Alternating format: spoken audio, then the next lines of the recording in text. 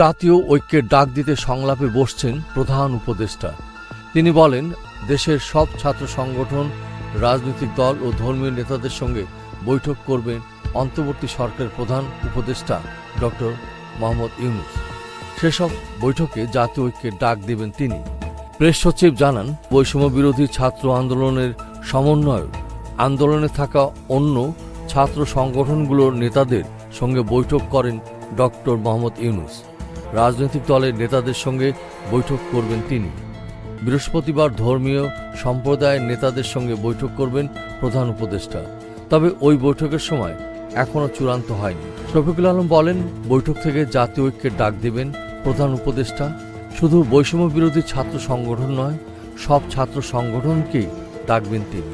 সাম্প্রদায়িক ও ভারতে বাংলাদেশ হাইকমিশনে হামলা ইস্যুতে জাতীয় ঐক্য গড়ে তোলার আহ্বান জানান প্রেস সেক্রেটারি।